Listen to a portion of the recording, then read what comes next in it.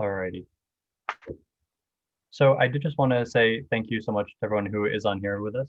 For those of you who don't know me, my name is Robbie Lettieri. I am the Long Island Regional Youth Partner, Families Together in New York State. I am so grateful for Eva, who is here with us and is going to be offering this Human Trafficking 101 for Youth event. So for everyone who doesn't know yet, well, I just want Eva to introduce herself if that's all right. But we are going to have a 45-minute overview, and then we're going to have about 15 minutes at the end for questions. So if there's any really super pressing questions that you can't wait to ask, if you want to put them in the chat box, please feel free. So it sounds like you're And then doing at what the you end, do we will have an here overview as with far as the longer more unanswered portion. Alrighty. And so at this time, I'm going to hand it over to Eva. Thank you so much. Hi, thank you, Robert. As Robert has mentioned, my name is Eva Chavez. I am with Safe Horizons anti-trafficking program, and I'm here today to present you with an overview on human trafficking. So first, I would like to begin to please ask everyone to mute their devices. It's really difficult with all the background noise that I'm receiving right now, so that I can be able to hear myself, and I would like for everyone else to be able to hear me as well. So cameras are an option to keep on or off for all those that are camera shy, but the mute button must be on, please, throughout the training. Mr. Robert is going to assist with the chat box. So if there are any questions or comments, he will let me know that there has been one posted in the chat box so that I'm not interrupted throughout the training. And if something cannot wait, you can unmute yourselves, or if the information and the discussion gets too heavy, you are allowed to step away from your computer, and then please inbox someone that's on staff for any type of assistance you may need. Thank you. So the purpose of this presentation is to give you an overall introduction to human trafficking of children and adolescents. And this is including both sex and labor trafficking. The presentation will feature a lot of information. So while I'll provide you times for questions and discussion, I do have to get through the material.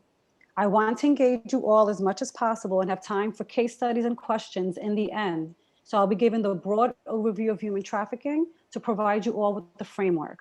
To ensure that you get the most out of this presentation, I would appreciate your participation throughout.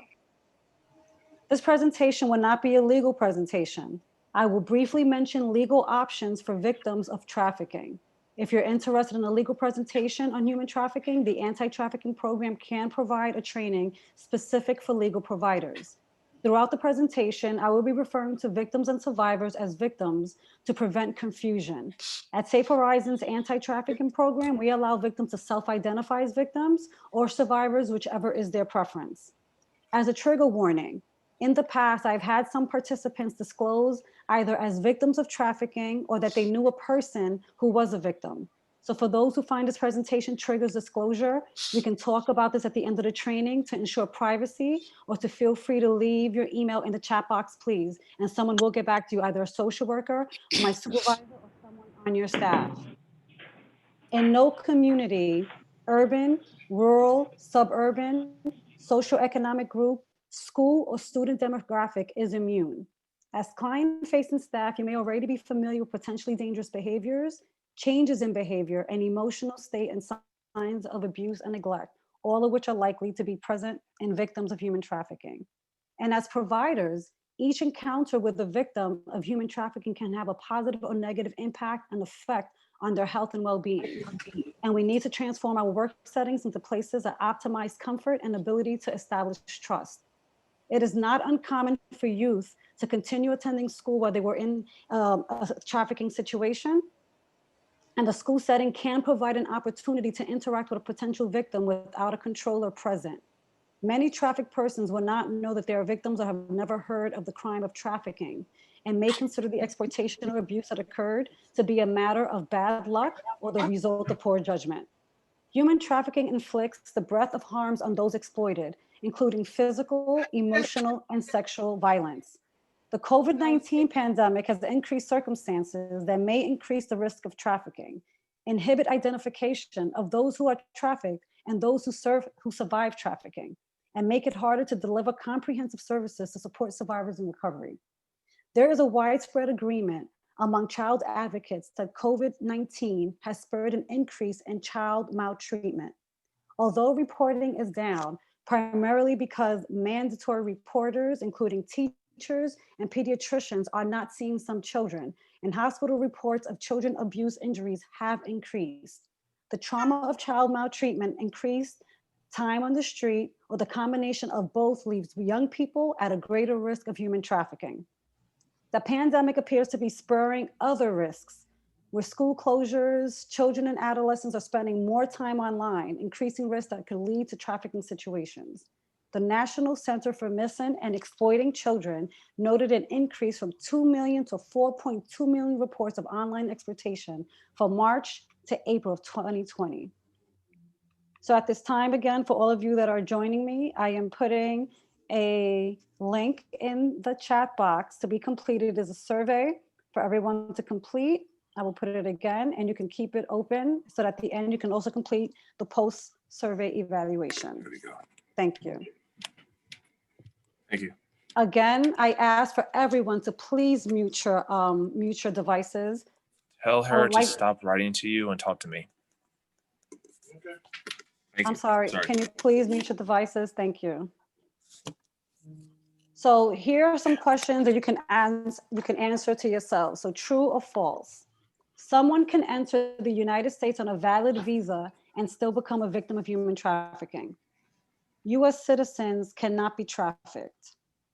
It is not trafficking when the trafficker and the victim are related. Sex trafficking is the only form of human trafficking. It is not trafficking unless the victims are moved across international borders. And if someone is paid to work, it is not trafficking. The Trafficking Victims Protection Act of 2000 primarily focuses on two of the most common categories of human trafficking: sex and labor trafficking. It's the top 3 criminal industries in the United States, the Philippines, and Mexico, with drug trafficking being number 1. The 2019 statistics reported by the National Human Trafficking Hotline shows a 19% increase between 2018 and 2019 of individuals who have contact with the hotline. Of over 22,000 identified victims, 15,000 were of sex trafficking, 5,000 were of labor trafficking, and 1,000 were of sex and labor trafficking. Over 1,700 did not specify. A decrease in labor trafficking doesn't necessarily mean that it's gotten better, just that it's not being reported. The hotline accepts calls from all over the country, calls made by Good Samaritans, the public, and victims themselves. Please keep in mind, is this just one source? So the numbers are far greater across the board.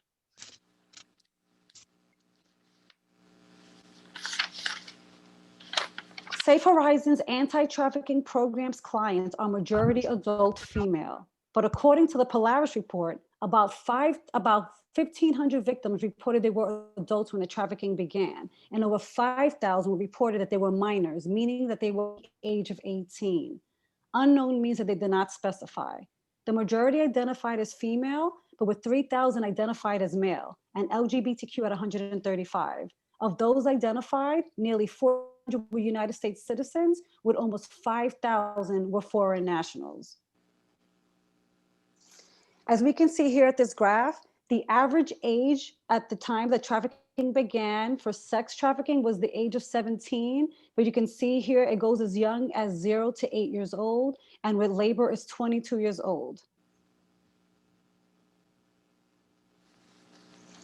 Texting is the fastest growing means of reaching out. A victim may be able to make contact undetected by their trafficker if they're beside them in a room or in a car. From survivors themselves, they have reported that their points of access for help have either been for family and friends, to law enforcement or the criminal justice center, health services, mobile apps, and social media, and the child welfare system. As per the International Labor Organization data from 2016, more victims are labor trafficked than sex trafficked.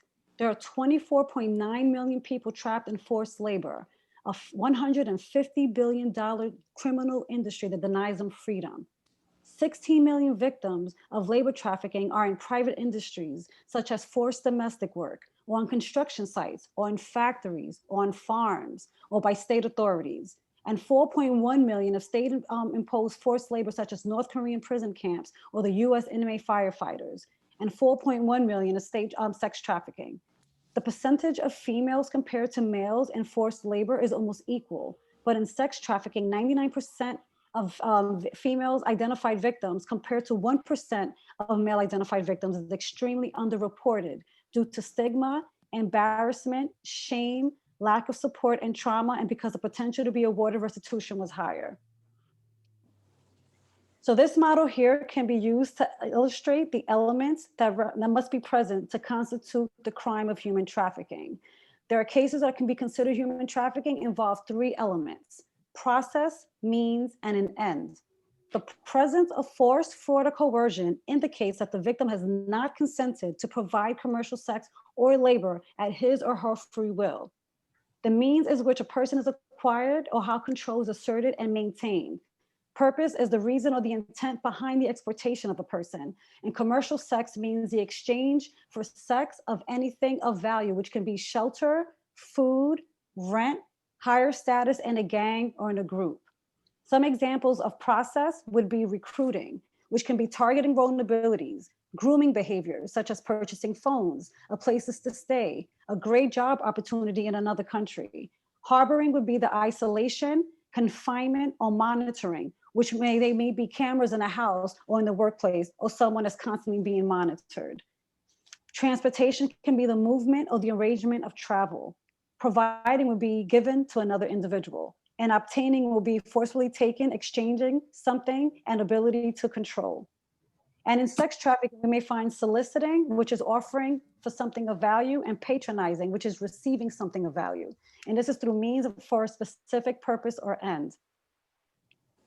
And end, we see involuntary servitude or debt bondage. So involuntary servitude is any scheme, plan, or pattern intended to cause a person to believe that if the person did not enter or continue in such condition, the person or another person would suffer serious harm or any physical restraint or the abuse or threatened abuse of the legal process. Debt bondage might be the pledge of services by the debtor or someone under the debtor's control to pay down a known or unknown charge, such as fees for transportation, boarding, food, interest, meeting quotas, charges for bad behavior. The length and the nature of services are not clearly defined, and the individual is trapped in a cycle of debt that she or he can never pay down. And this is a debt that has been incurred that can never be paid off. Under the law, an adult is sex trafficked when they are induced to perform commercial sex by means of force, fraud, or coercion. However, when a person is younger than 18 years of age, it is induced to perform a commercial sex act. It is a crime regardless of whether force, fraud, or coercion is involved. There is a distinct difference between labor trafficking, whereas in both the adult and child cases, traffickers must have used force, fraud, or coercion or to compel them to provide a labor or services. So as mentioned previously, for minors involved in commercial sex, it is not necessary to show that force, fraud, or coercion were used. Minors induced in commercial sex are victims of human trafficking. And to determine whether a child has been trafficked for sex, one would use this adjusted model, which eliminates the means of element of force, fraud, or coercion. So now the top five methods of force, fraud, or coercion in sex trafficking may be inducing or exploiting substance abuse. So some victims may already use substances, but the trafficker may use it now as a means of control. There may be physical, sexual, or emotional abuse involved. And we also see intimidation, where the trafficker may display or threaten different weapons. In labor trafficking, we may see that the victim's pay has been withheld. There's excessive work hours from sunup to sundown, or from sundown to sunup, with no to minimum breaks and no time for bathroom or eating. There may be a threat to report to immigration or to the police. There may be verbal abuse, and also withhold or denying their needs, such as going to school or seeing a doctor. So now, what are some examples of force, fraud, or coercion? So some definitions here for force would be physical restraint or causing some serious harm using overt violence. And they may use branding with tattoos, sleep deprivation, starvation, no access to phones, constant travel or being rotated from different places, and denial of medical care, food, or water. Fraud may be a misrepresentation of the truth or concealing the fact to have someone perform an act. So false promises may be regarding employment, such as wages, working conditions, persuaded to do a well-paying job at a farm or then forced into labor, or a false once-in-a-lifetime opportunity. Women are told that the police are corrupt and in the pockets of traffickers and will not help them. They're told that it's normal to illegal to work on call or 7 days a week here in the United States. Coercion may be a threat of violence or restraint of serious harm or abuse of the legal system. Belief that performing an act will lead to physical restraint or serious harm against any person. And it may be threats that have been implicit or can be implied, such as telling a story about how this happened to someone else. Brandishing weapons may be threats of connections to gangs. There's victims of trafficking may be doing a different type of work or working under different conditions that was agreed upon during recruitment. Exposure to an unknown facet to a family member or other members, causing reputational harm, to revealing their transgender identity, LGBTQI identity, HIV status, intimidation by displaying beatings of others. When victims are trafficked from outside of their communities, for example, like from Guatemala or China, traffickers are familiar with the communities and family members. Traffickers have networks in villages, towns, or other cities of these people and know where their children go to school. And these are real threats of harm. Are there any thoughts or questions at this time?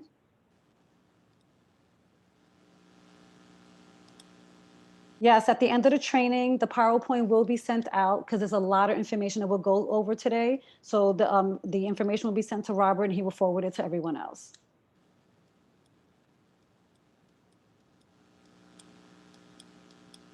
Jessica just asked in the chat, why is payment not considered trafficking? Why is payment not considered trafficking? Well, let's say it can be considered trafficking. So let's say someone agreed to get paid $15 an hour for 35 hours a week, and they wound up working 50 hours a week and only get paid $5 an hour. So yes, their situation is they're being trafficked and they're being exploited. So if they report it to the police or they go to a resource, someone can help them out of that situation. So it's under any type of force, fraud, or coercion. So if you agree to one type of work and payment, and if it turns out to be another, that can be trafficking. So now, what is human trafficking of minors? So it can be when a youth trade sex for food, clothing, money, or shelter, or other items of value. When a youth has been sexually exploited by someone or for profit, or when a youth are trafficked into labor industries such as domestic work or peddling. Now, commercial sexual, yes, I'm sorry. Yes. Can you explain a little bit on peddling? Yes, of course. Thank So you. peddling, especially I live here in the city, so I'm in one of the boroughs. So peddling might be people that are selling DVDs, CDs, clothing, or food, or any type of material. Sometimes we see them on the side of the highways selling fruit, flowers, all types of stuff. Thank you. Was I clear on that? Yes, thank you. Okay, thank you. So now the commercial sexual exploitation of a minor, which is CSEC, is a form of exploitation and can be sexual abuse, but is not a criminal act committed by the minor, which is child sex worker. All minors under the age of 18 and engaged in the commercial sexual acts are trafficked.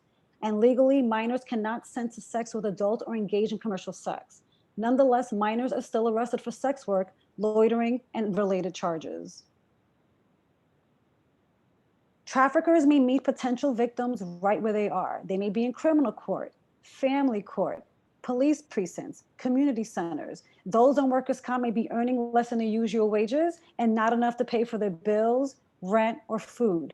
And domestic violence victims may also be made to provide commercial sex or labor by abusive spouse or intimate partner. And abusers may exploit their victims in exchange for drugs, cash, or housing.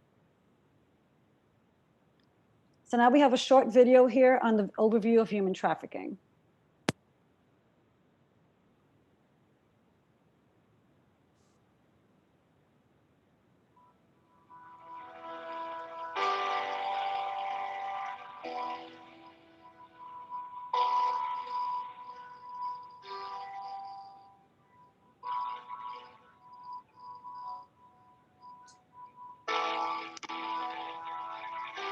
we didn't have a clear idea what was human trafficking until that happened to me.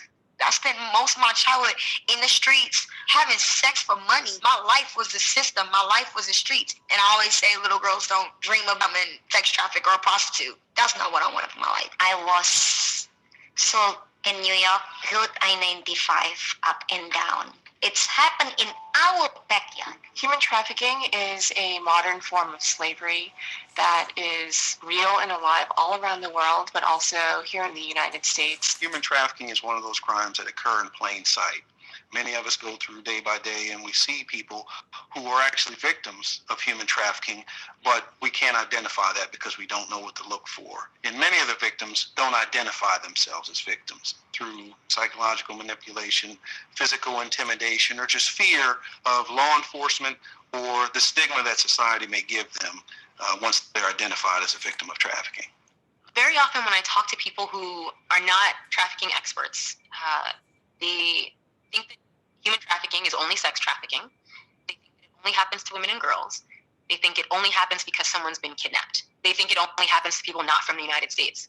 All of those myths are untrue. All people who are trafficked look like everyone. They speak every language. They have every educational level. They're of all races, ages, ethnicities. The way the United States defines human trafficking is in three different categories. The first category is adults and children who are forced to work in some type of labor situation. The second category involves adults who are victims in the commercial sex industry. And the third category is children who engage in commercial sex. And because they're minors, there's no need for force, fraud, or coercion. So the first category can occur in legitimate forms of labor, working in a home or in construction or a factory or restaurants, or it could be other informal or sometimes criminal forms of labor.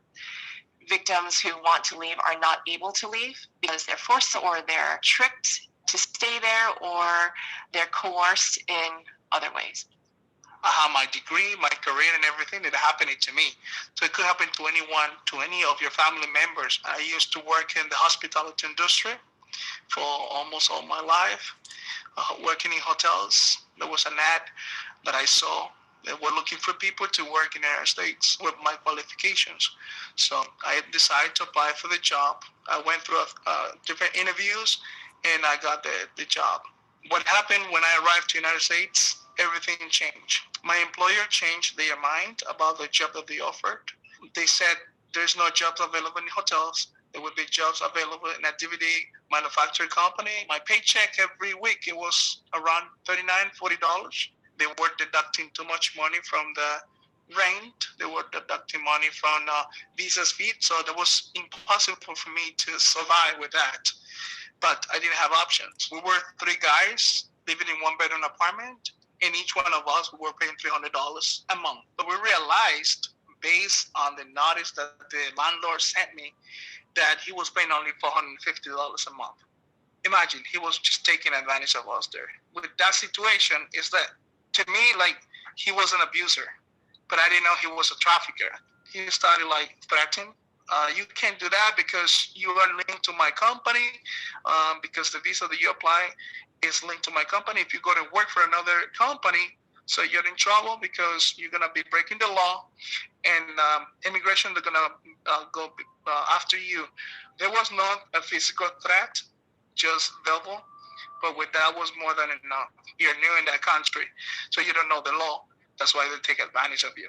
Some of the reasons that victims don't report their trafficker is fear and intimidation. Fear of physical harm or violence from their trafficker towards that victim, the victim's family or friends. Humiliation. A lot of times the trafficker will threaten the victim with exposing what they did, especially if they're involved in commercial sex, to humiliate or degrade them. Traffickers instill a sense of distrust in law enforcement by compelling the victims to not trust us, not want to report that for fear of arrest, prosecution, or if they're foreign nationals being deported. The second. Any questions or comments about the video?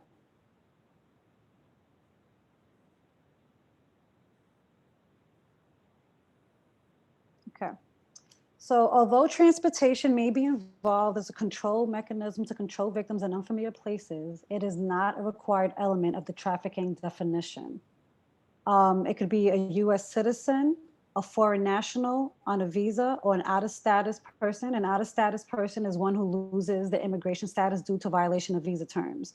It can be someone that initially consented to work for someone and it turned out to be a trafficker, or they participated in a crime as a direct result of being trafficked. Human trafficking in New York State. In 2019, the National Human Trafficking Hotline reported 454 cases in New York State. Statistics are from one source, so numbers across the board are far greater. Some industries for labor trafficking may be domestic work, hotel, motel based, agriculture, peddling and begging rings, and restaurants. Top industries for sex trafficking may be residence-based commercial sex. So some may be trafficked right outside of their home, an apartment, or a store. Escort services, hotel, motel based, online ads. There's a question here in the chat. So children are sold for hundreds of thousands.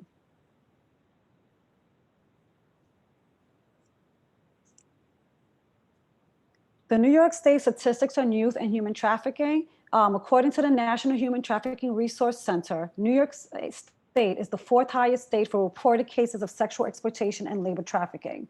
The 4 highest states are California, Texas, Florida, and New York State. Recruitment tactics. So sex trafficking is more intimate. So recruitment may occur through intimate partnerships or false marriages or family members, whereas labor trafficking recruitment may occur through false ads, false jobs, promises, and smuggling. When my daughter first graduated from high school, she's a recent college graduate, but she first graduated from high school, we received a letter in the mail. They were soliciting for young girls to do some type of work. And when we looked up the company that it was linked to, it was actually connected to a sex trafficking ring.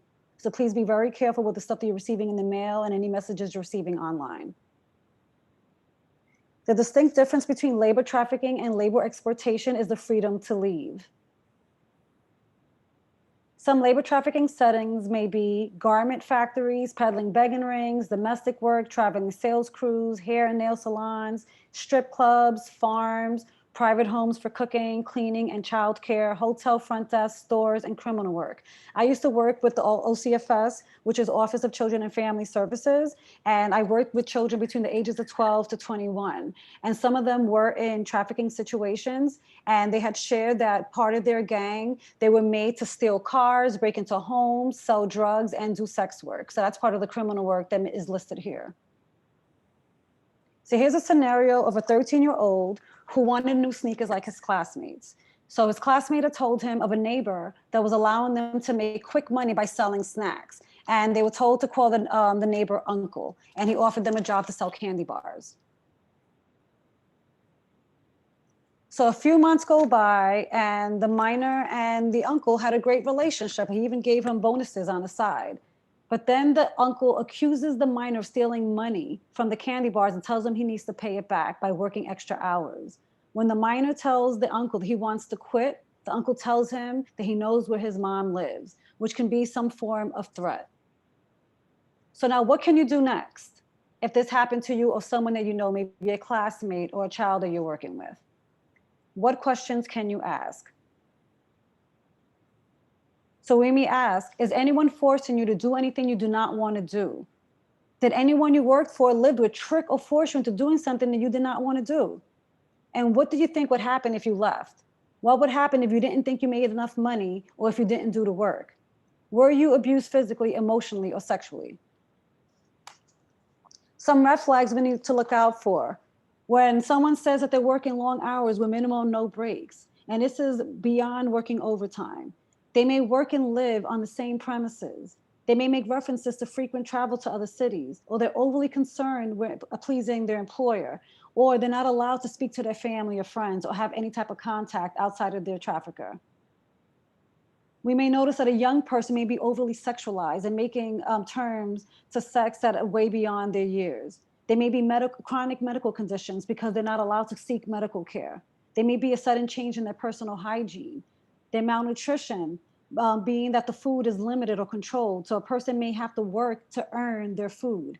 The inappropriate dress for weather situations, So in some situations, a trafficker may still allow a person to attend school or the religious services. And during winter months, they don't have a coat or warm shoes. And when they go to school and they're in church, they don't have the proper attire that they would normally wear. There may be some bruises or signs of physical trauma where the trafficker may beat upon the victim on their body where the clothes may cover so no one else can see, or they may have injuries to their head where their hair may cover. Also, tattoos and branding are used for ownership. So it may be a tattoo of a sign or a barcode or the trafficker's initials or the name of the crew. Also, the intimate partner may be the same age, younger or older, may identify as a male or female.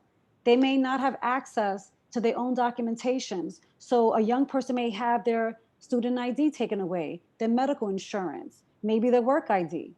Also, they're being coached on what to say. So it seems like the trafficker is not allowing them to speak for themselves. So they have a practiced narrative, or they have a long sense of time, so they can't remember when something actually occurred. Other red flags may be if a young person states that they can't go to school because they have to work. Or there may be a sudden change in their attire. Like all of a sudden they have all the newest gadgets, or they have really expensive clothes, and they're saying that they got it in reward for a favor, or maybe their boyfriend or their girlfriend gave it to them for doing something for them. They avoid eye contact to avoid being detected.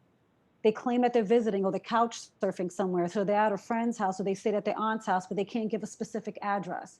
They're paying their medical bills in cash. So they're not allowed to seek medical care, but when they do, they're not using any ID or any type of medical insurance. Or you may find that a young person may have hotel keys. That may be an indication that they're working out of a hotel. So what word or phrases might a person use that can indicate human trafficking? They may claim that they're being treated as a slave. They're not allowed to talk long. They're not allowed to use the phone. They're being forced to do something they don't want to do. Their passports or their identifications have been taken away. They're being escorted or supervised every time they go somewhere. They have a ridiculous debt to pay off. They are afraid of their guardian or their employer. They've been told to lie about their age so they can appear older than what they are. They may have claimed to have been sold. They're being made to cook or clean for a family. They're just working too much. Or maybe they've been threatened with the deportation or having the police called on them. Some other languages that a young person may use to describe human trafficking is that they live with a bunch of people. They've never been to a doctor. They're not allowed to socialize with their friends. They can't go to school. They're not allowed to hang out with their friends or have their friends come over. They don't know how they got somewhere where they are. So they may have been transported from a city to another city, or from a state to another state. They've been threatened of deportation. They may make references to a pimp or a daddy or an uncle or a boyfriend or a girlfriend. They're not allowed to go shopping, and if they do, not allowed alone. They cannot talk to any visitors, and if any visitors come to their house, they have to go in the back room. They may have complained of having made to be sleep in a basement or in a garage. And again, no identification, which is a big one.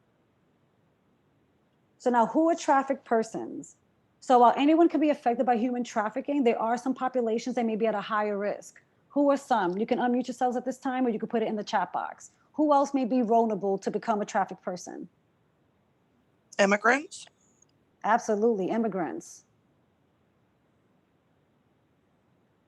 How about some of our youth? What are some of the things that our youth face? Low income in urban areas. Absolutely. The LGBTQ community as well. Runaways. People with disabilities. Absolutely. Runaway girls. Absolutely. Runaway girls and boys. Yep. Foster children. Foster children, those in RTFs or RTCs or in residential centers, yes. Mental health issues, youth in foster care, these are all great answers. Children from dysfunctional family settings, suffering from mental health, yes. Thank you. So now, where do recruiters recruit? So they may recruit at malls, recruitment agencies, extracurricular venues, train stations, homeless shelters, bus stations, recreational venues, family courts, foster care facilities, online, group homes, parties, job agencies, parks, neighborhoods, schools, and we can think of many others, anywhere that a trafficker may see that they may find someone with a vulnerability, they can recruit. Let's see what someone has put here in the chat box. Yes, homeless youth, absolutely. Children with absent fathers as well. Thank you for the answers. So now social media plays a big part. We have a lot of our youth on social media. So anyone can hide behind any facade, any profile that they put on any of these websites here. Social media and social life. So teens reveal their experiences. So we have that 41% have said they're on Snapchat. So one thing that I've learned about Snapchat, they have disappearing messages. So if in any time a situation where a youth feels that they feel unsafe and they can send a message for help through one of those disappearing messages, please do so. And you guys know more about this technology stuff than most adults do. So please reach out for any type of help. Also here on social media, on Facebook, Instagram, Snapchat, all types of other chat apps such as Kik, WeChat, dating sites and apps, and YouTube. These are other ways that the traffickers have used to recruit as well, but you can also use it to reach out for means of help. Here's a quote from a survivor, and it says, as a survivor advocate, she's seen a huge influx of social media recruitment. So it was she was recruited off a dating website herself. I don't think that they had direct messaging and social media platforms back when she was recruited, but a lot of the clients are recruited off Facebook or Instagram, and recruiters send direct messages. So some girls have been flown all from around the country, and they think that they're coming to a modeling agency. We've seen a lot of that come across as well, where modeling has become a really big means of recruiting, whether it come from another country or right online on all these social media apps, especially during COVID, when people have been home and out of work. Here are some examples of some messages that may be sent through private messaging online. Many of us have seen these pictures where they show all this money that you can make, like if this money is falling out of the sky. These are the opportunities that we have to be very, very careful of. And this was someone that reached out to her mom using one of these private chats to say that she was at a hotel in Vegas and she was being made to do something that she did not want to do and she needed help. If I can interrupt one quick second, there was a sign posted outside. I'm in Niagara Falls. There was a sign posted outside my daughter's high school, which is connected to the middle school, saying if you're looking for a summer job, looking to make extra cash, please call this number. So out of curiosity, we called, and they wanted her to meet them at a hotel in a room. So like, how fishy is that? I am so glad you were able to intercept that. That just gave me chills because it happens that easily. So just imagine if there aren't any parents or guardians that are checking the mail with their child. That easily, and a young person might say, a great opportunity. My parents want me to get a job anyway, so let me go check. So it's very important to have these conversations, especially with the youth, whether they're under your care or if wherever. And any youth that are online here as well today, please have these conversations among your friends, because some of these opportunities are just too good to be true, and adults are even getting caught up. So just imagine, as a young person, it's very, very scary. And I'm here, to let you know today that we do have resources and there's information where you can seek help. And thank you so much for sharing that.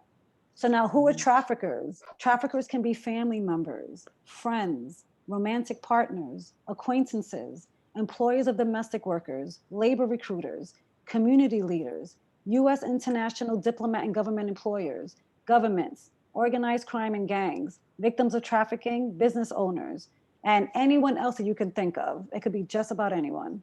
I see someone placed yes, Craigslist. We should not leave Craigslist off. And I think there was something called Backpage. I don't even know if that exists anymore, but there was so many websites that was set up before that anyone could recruit just about anywhere. Even flyers, as the young lady just mentioned, they could be posted outside of a school or library. So now, who are traffickers? So anyone could be a trafficker, and there's no single profile for a trafficker or a victim. It could be any gender, any ethnicity or race, any social economic status, and anyone who benefits from the commercial sexual exploitation of a minor or facilitates the commercial sexual exploitation of a minor. So now, human trafficking happens to youth with disabilities. Someone mentioned that earlier. So now, can anyone mention the different disabilities that we may be aware of? Learning disabilities. Absolutely, we have learning disabilities. Any other? Yes, the developmental disabilities, as long as they're not extremely severe. Absolutely. We also have physical disabilities. Mental health. Mental health, absolutely. Autism. Autism, yes. So where we may not have thought of anyone with a disability being a targeted victim for human trafficking, I'm here to tell you, yes, they are, just as anyone else. I see someone else posted here. Low self-esteem, hearing, and visual disabilities, absolutely. So now, among young people, we see gangs and human trafficking as being prevalent. Yes, also someone with ADHD, thank you. So now the National Human Trafficking Hotline statistics on gangs show that from December 2007 to February 2014, nearly 270 cases of potential human trafficking involving criminal street gangs across the country. There was a 40% of cases by referenced minors, meaning under the age of 18. 62% of cases involve US citizens. And of course, there was underreporting. So this could be far greater. And these are already high numbers. Some have been forced into forced labor in gangs where they have been peddling and begging rings for minors and adults. Drug sales, so where they're driving up to and from a crime scene, keeping a lookout, providing backup, or illegally possessing weapons. And also forced labor in activities, as I mentioned earlier, including assassinations, extortion, and drug trafficking. So recruitment of all types in human trafficking, right? And we see these among gangs as well. So they may be false promises of loyalty, material items, substance and alcohol or drug abuse, affection or love, money or status, basic necessities, protection, a sense of belonging. Gang control, they may be use of violence, the myth of belief that the gang can see and know everything that you do. The gang is omnipresent, so they're everywhere. Substance addictions and trauma bonding, and that's an obligation and loyalty to the family. Some gang-related indicators of vulnerabilities. So we have some youth that they withdraw from their family, friends, and school. They have particular interest in gangs, including a boyfriend or girlfriend or someone who is a gang member. They wear clothing of a specific color or symbols associated with a gang. There's illicit substance abuse or use, right, by gang-related supplying. Truancy, runaway or homeless youth, tattoos, and unexplained injuries. Here we have a transnational gang that included a boy. So this was a 16-year-old minor who had previously worked as a bartender in Honduras. When the bar was purchased by MS-13 gangs, he was forced to continue working. Unfortunately, when he refused to work for them, they had physically abused him, verbally and psychologically assaulted him. The gang reported had hosted ladies' night at the bar, where he and other minors were forced to provide commercial sex to adult women and would pay approximately $150. He escaped from the gang and sought assistance here in the United States. So we have a scenario here of a 15-year-old who is pressured to join a gang for safety. So most of his family is in one street gang and in his neighborhood and is considered a legacy. His childhood friends also belong to the gang. So at first they agreed to, for him to hold some drugs for them, and he agreed as well. So later they accused him of losing the drugs, and now he has to pay that money back. So the gang had told the minor that he can work off the debt by selling drugs. So he thought he can sell enough to pay them back, but now they're saying he owes them more money. So when the minor told the gang members that he didn't want to do this anymore, they showed him their guns. So now what can you do next to help this youth? Or if you yourself are in the situation, what questions can be asked of you or of the person that needs the help? So now, is anyone forcing you to do anything you do not want to do? Did anyone you worked for or lived with trick or force you into doing anything you did not want to do? What did you think would happen if you left? And what would happen if you didn't make enough money or do the work? Were you abused physically, emotionally, or sexually? So what makes a person vulnerable to human trafficking? So, as you can see here, there could be economic hardships, history of violence or abuse, societal discrimination, history of marginalization, lack of support system, runaway and homeless youth, and foreign nationals and undocumented immigration status. So a job or home life or a place to sleep could be very, very appealing for someone that needs it. So now the definitions between human trafficking and domestic violence, because we also have some youth that are in intimate partnerships that are violent. So human trafficking is the use of force, fraud, or coercion to compel an individual to work or perform labor services or commercial sex acts. And domestic violence is a pattern of abuse behavior in any relationship that is used by one partner to maintain power and control over another intimate partner. And this is by the US Department of Justice.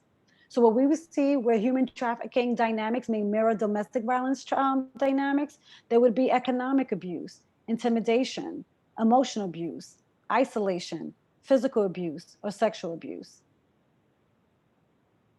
So here we have a story of a young lady who her vulnerabilities were preyed upon and she was stuck into a trafficking situation.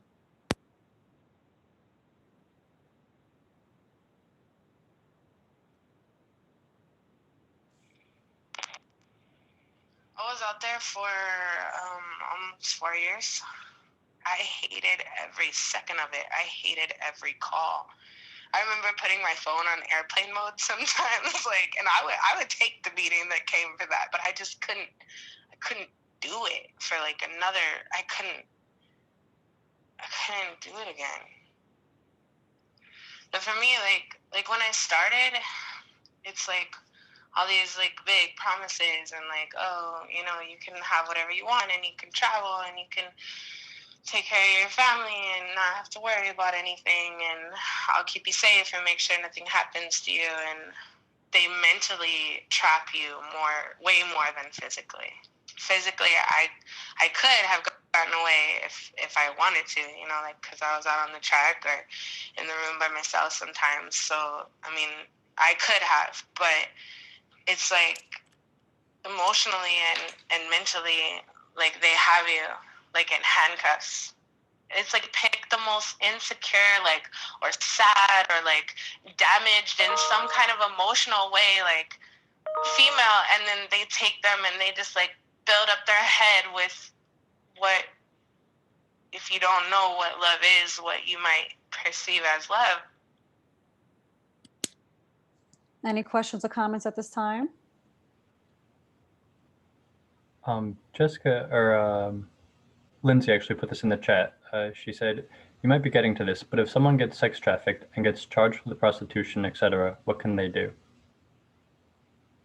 Well, they should ask for an advocate right away, especially someone in the sex crimes victims advocacy, so that they can then report the trafficking situation. Because what we're finding is that the victims are being recriminalized and re-traumatized. So, and the trafficker isn't being brought up on charges. So they must report that the situation is being forced upon them. So it's not like they're doing that type of work on purpose, the sex work or selling drugs or even the theft.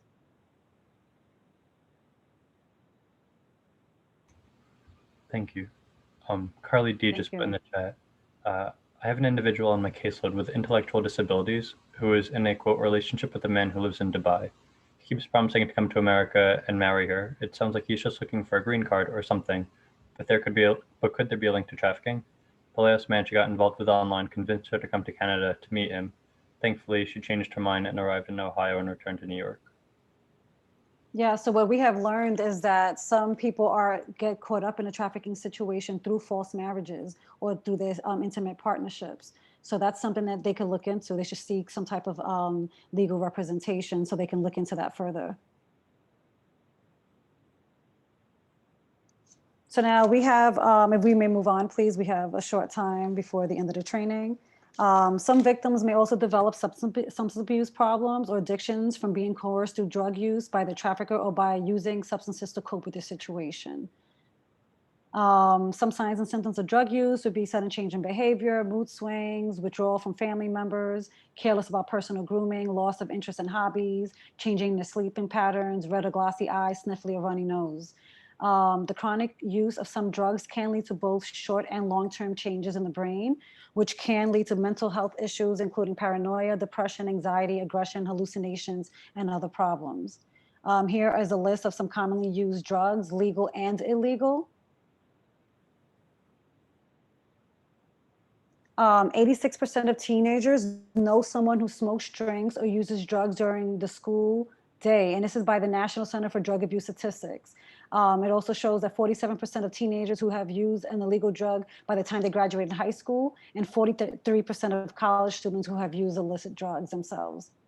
So the statistics among drug use among youth in 2018, 23.9% of adolescents between the ages of 12 and 17 have tried illicit drugs. And this is by the National Center for Drug Abuse Statistics.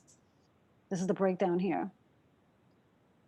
We have also seen that the substance abuse in LGBTQ population. So the members of the LGBTQ community are more than twice as likely to abuse drugs and alcohol than those who identify as heterosexual. And when looking at the LGBTQ adolescents, that number climbs to 90% more likely to use drugs. So client-centered approach looks like, this is Safe Horizons approach when it comes to client-centered, trauma-informed, rights-based, and non-judgmental and harm reduction. So we want to determine that the client wants and starts there. So we are there to assist the person in seeking assistance. They have the right to say whether they want it or not. They want to recognize, as a Safe Horizons anti-trafficking program, we want to recognize that our clients are often still in survival mode. We want to acknowledge existing power dynamics, and we want to normalize their experiences. And we do not want to make any assumptions about the person's situation. We want to create trust, safety, choice, collaboration, and empowerment, because we want to make sure that the survivor or the victim themselves feel empowered in seeking assistance for themselves. The client-centered practice looks at respect, where we honor and respect our clients. We want to show compassion by responding with compassion for our clients. We want to use our expertise to offer clients information so they can make informed decisions. And we also want to take a non-judgmental approach. So some common red flags we may see, again, in environmental and situational, where there's a suspicious employment situation, there's some type of debt or dependence on a friend or a coworker to answer the questions. And we may see that a client may be in an abusive relationship. There may be verbal, emotional, psychological abuse, and we may see physical abuse as well.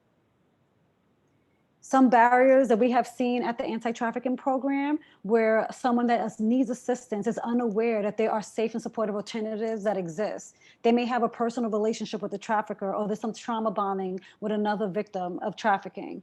And also the victim themselves may not identify as a victim. Some barriers that providers may see and when they're assisting a victim of human trafficking is that they have a lack of knowledge about human trafficking, which is why we have trainings like this today. They may be misidentified cases, or there's a preconceived notion of how a client or patient who has been trafficked will present. Again, some questions that you can use to ask to detect any type of human trafficking would be if anyone is forcing them to do something they don't want to do. Has anyone ever threatened to hurt them or their family members, or threatened to report them to the police? Or is anyone keeping them from seeing their family or friends or tracking their movements? Some specific labor trafficking questions that can be asked are, have you ever worked without getting the payment you thought you would get? Have you ever worked in a place where the work was different from what you were promised or told that it would be? Have you ever felt like you cannot leave the place where you worked? Did anyone at your workplace ever harm or threaten to harm you? And did anyone at your workplace ever make you feel scared or unsafe? Some specific sex trafficking questions may be, did anyone you worked for or lived with ever trick you or force you into doing something you did not want to do? Did anyone ever force you to have sex for things of value, such as money, housing, food, gifts, or favors? And did anyone ever pressure you to touch another person or have any unwanted physical or sexual contact with another person? And please keep in mind that any minors involved in commercial sex do not need to prove force, fraud, or coercion. Some key questions again are, what did you expect would be the job that you were expected to do? What did you expect the pay would be? Were you forced to lie to your friends and your families about the type of work you would be doing? Were your documents taken from you? And what would happen if you thought you couldn't complete this job, or if you didn't finish the job? Did you ever feel like you couldn't leave? Were you physically, emotionally, or sexually abused? Were you forced to do things you didn't want to do? Were you able to have friends? Can you contact your family and friends when you wanted? And how can we support a survivor? We want to validate and normalize their feelings. We want to establish a safety plan. We want to provide information, and we want to communicate messages of hope, such as you are not alone and you are not to blame. You are entitled to services and help regardless of immigration status. You have rights, and you have the right to be healthy and safe. Resources here at the Safe Horizons we provide for trafficked persons at the anti-trafficking program are social services, which is access to basic needs and public benefits, housing, education, intensive case management, safety planning, interpretation of language line, family reunification, and legal services, which is rights-based education, immigration assistance, including T&U visas, adjustment of status and green card applications, continued presence and criminal justice advocacy and subject. This is our anti-trafficking intake and general line. If anyone needs information, again, the PowerPoint will be sent out again at the end of the presentation. We have 3 phases that are the common timeline of helping a survivor at the anti-trafficking program, with the phase 1 being the most important, where it is identification, crisis management, and stabilization of the person's situation. So a survivor of trafficking has endured severe trauma and has always deserved expansive client-centered support. Remember that regardless of a person's immigration status or possible crimes committed, a person always has rights to services. For safety, you can give them the number to text the word help to 233-733, which is Be Free. Or they can call the anti-trafficking intake line at the line here, or the general line, or you can also contact the National Human Trafficking line at the number here on the right. If you know anyone is being trafficked or is in need of resources, please contact us. There is help. This is my information here, and also the supervising social worker at Safe Horizon, who is available Monday to Friday, 9 to 5, to answer any questions. You can also contact him via telephone or email. Now, I know it's 4 o'clock, but if there are any questions or comments at this time?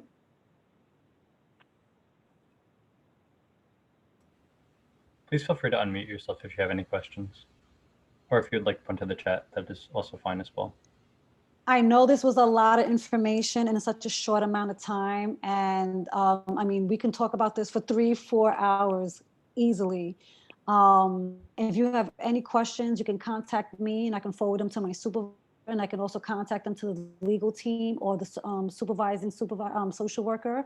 And again, I will send out the PowerPoints, and any information that is requested, it will be gladly forwarded immediately after the presentation. And Robert, thank you so much for your assistance, and I will send you anything that you would need in the future.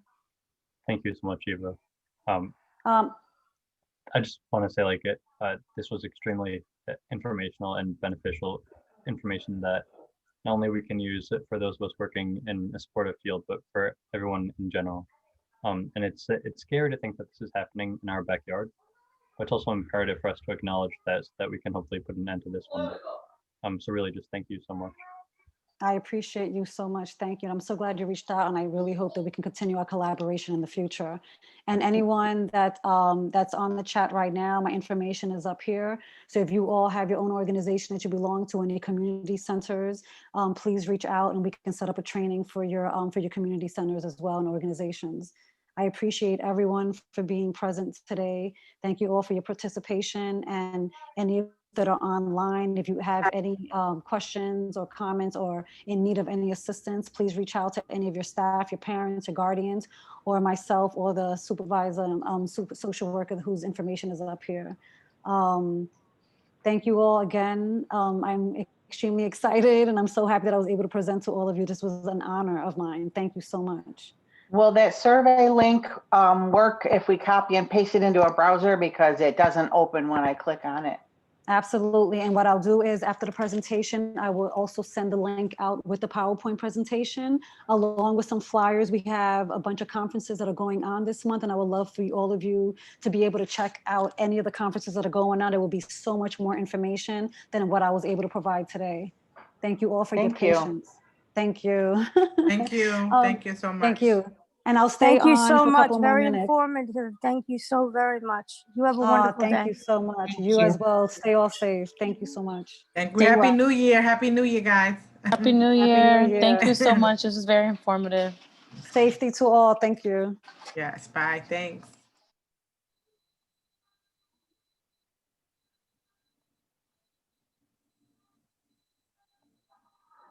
If anyone that is still on here has any questions, please feel free to ask. Hi. Yeah, I do. I know the barcode tattoo on the back of the neck or inside the upper arm a few years ago was what to look for. I know they also switched it to the inner lip, lower lip. Is there anything now that we should look for? Oh my goodness, it could be anywhere. It could be now on feet. Some medical providers have have shared with me that they found where they will have the victim, their tattoo will be on their upper thigh. So they will actually put it in places that someone just looking at the person would not be able to identify right away. So it's really the detection questions. If you suspect anyone of being in a trafficking situation, the best bet is to ask these direct questions, because a tattoo can possibly be a dead giveaway for some people, and then for some may not. A girlfriend of mine shared that she had her nails done during COVID, and when she went into the nail salon, all the women that were working there all had the similar tattoo. So for her, that was something that raised a red flag. So it could be tattoos in the hair, it could be in the lip, it could be I seen some behind the ear, it could be between the finger, it could be on the wrist, it could be on the arm, it could be just about anywhere, on the ankle. It's just really hard to tell. Oh, thank you so much. Thank you. Excuse me.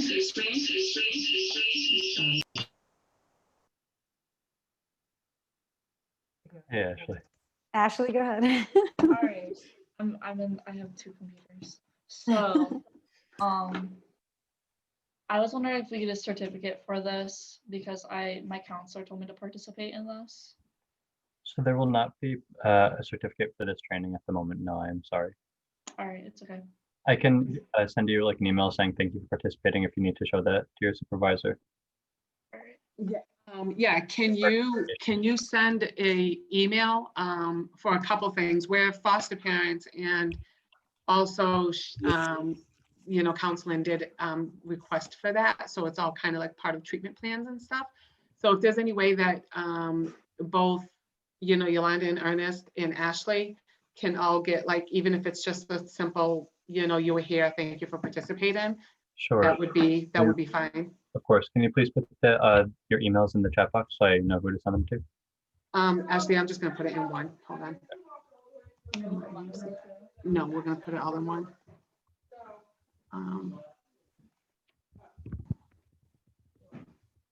Oops.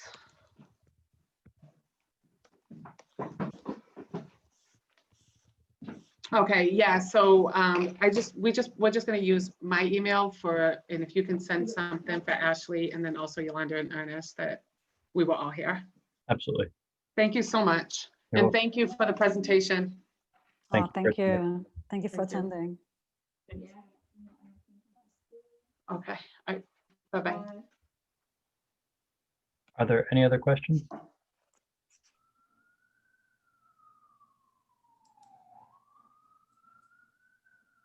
Alrighty.